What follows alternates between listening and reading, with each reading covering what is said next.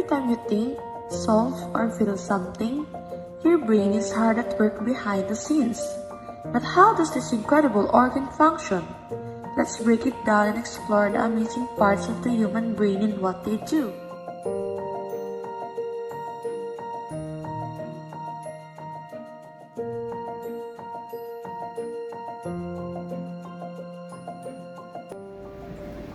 So Riza, have you ever wondered what makes us us? What drives our thoughts, our actions, or even our feelings? I've always been curious, Doctor. Well, today we're going to explore the incredible human brain. First, let me show you something astonishing. So here is an MRI scan of a patient who suffered severe brain injury. He can't remember his own name, but can still remember his memories even from 10 years ago. Well, how is that possible, Doctor? Well, the brain's mysteries are vast, so let's unravel them. So Riza, do you know anything about the human brain? Well, as I remembered in school, the average human brain weighs about 1.3 to 1.5 kilograms. It is the most complex and fascinating human organ. It is the center of our existence. It enables us to learn, move, and think. And it also allows us to experience our emotions. That's right. The brain also contains over 100 billion neurons, each communicating to thousands of others.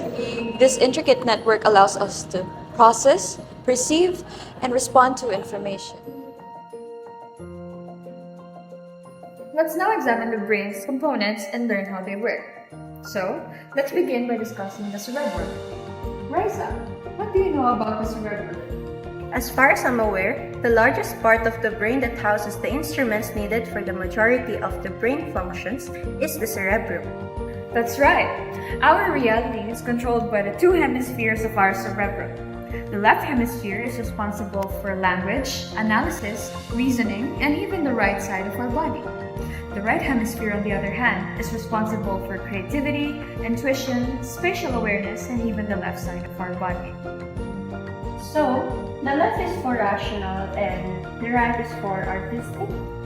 Simplistically, yes, but the truth is more intricate.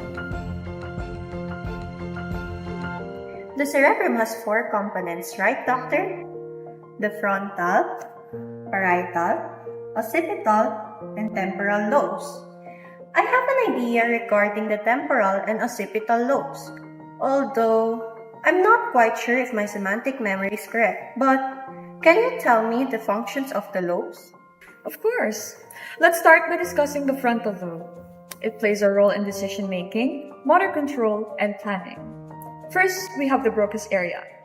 It is a region in the frontal brain that controls the face neurons, which is the one that produces speech. So the frontal lobe also contains the motor cortex, which aids the brain in tracking and regulating bodily movements.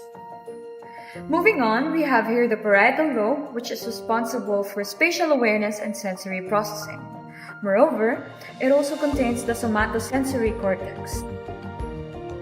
As I have said earlier, I have an idea regarding the temporal and occipital lobe. To the best of my knowledge, language comprehension is controlled by the Wernicke's area, formed around the auditory cortex, whereas memory and auditory processing are handled by the temporal lobe, while the brain's visual processing center is controlled by the occipital lobe.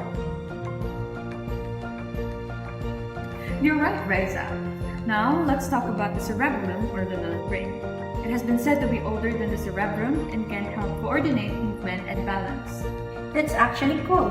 It helped me really determine the difference between cerebellum, cerebrum, and its components. However, I can't help but wonder, what is the function of the limbic system?